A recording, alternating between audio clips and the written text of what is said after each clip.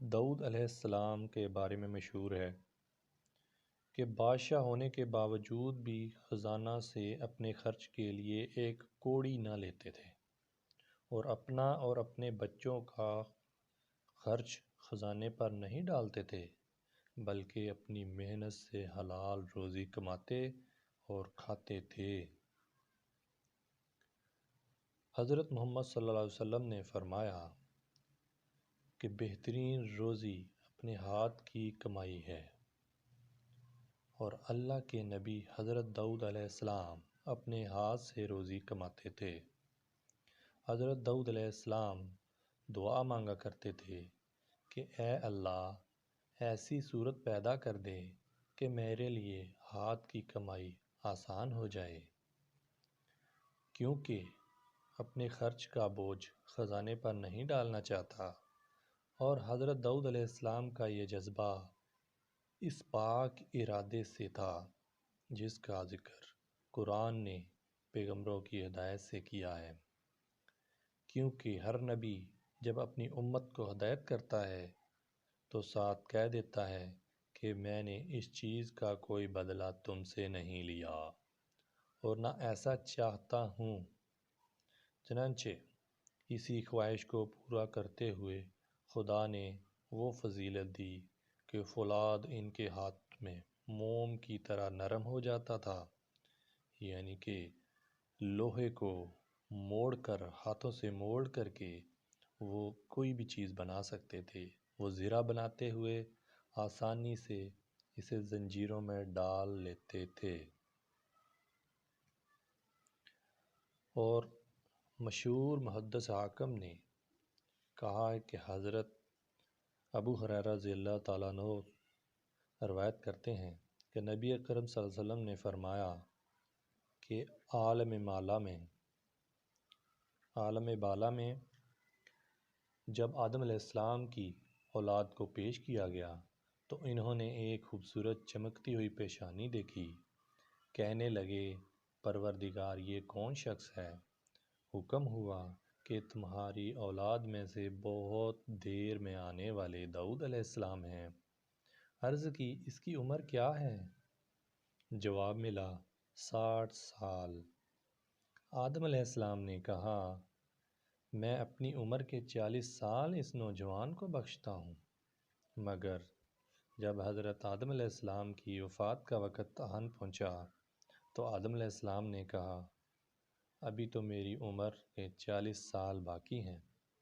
فرشتہ نے کہا، آپ بھول گئے، آپ نے 40 سال کا حصہ اپنے ایک بیٹے داؤد کو بخش دیا تھا۔ اس روایت سے معلوم ہوتا ہے کہ حضرت داؤد علیہ السلام کی عمر 100 سال ہو گئی۔ ابھی حقیقتیں کیا ہیں؟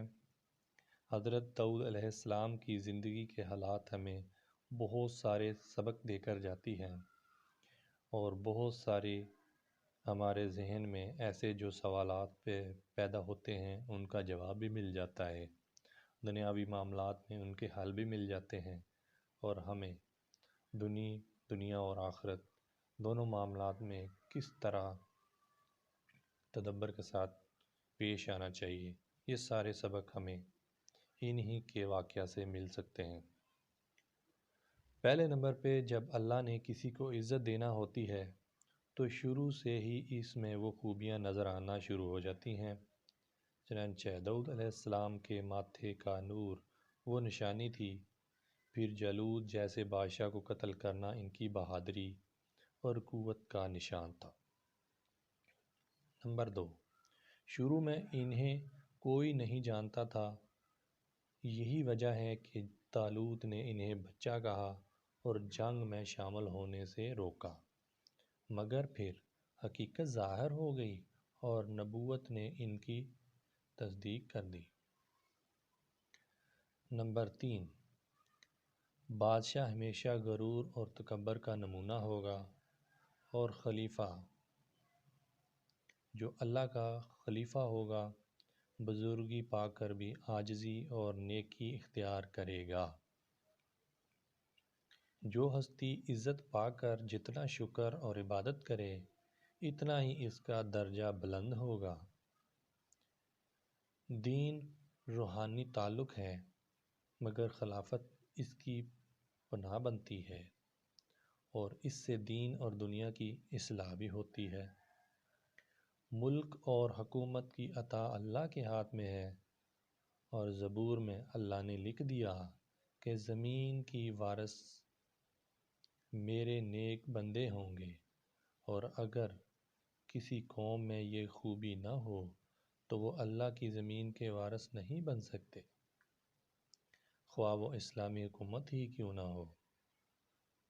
اور سب سے ڈراؤنی اور بدقسمتی کی صورت یہ ہے کہ مسلمان غلام ہوں اور ان پر کفر و شرک کی شکل میں حکومت ہو، اور اس صورت میں حکومت اس لیے انہیں دی جاتی کہ خدا اس سے خوش ہے، بلکہ اس لیے عطا کی جاتی ہے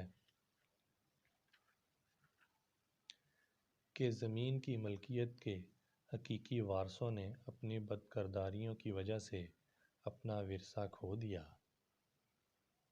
اور اب دنیا کے عام قاعدے کے مطابق مسلم کی شرط ہے، نہ کہ کافر اور مشرک کی۔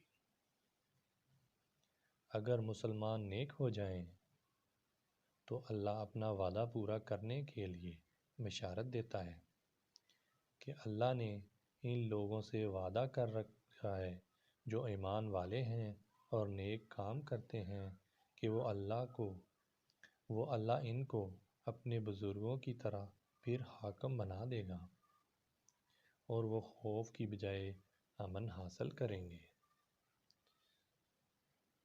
سے اللہ تعالیٰ سے دعا ہے کہ اللہ تعالیٰ امت مسلمہ کو سمجھ عطا فرمائے، ہدایت عطا فرمائے، کفر کی چالوں سے بچنے کی توفیق عطا فرمائے، امت مسلمہ کو متحد اکٹھا فرمائے۔ اللہ ہم سب کا خاتمہ ایمان پر فرمائے۔ اللہ ہم سب کا حامی و ناصر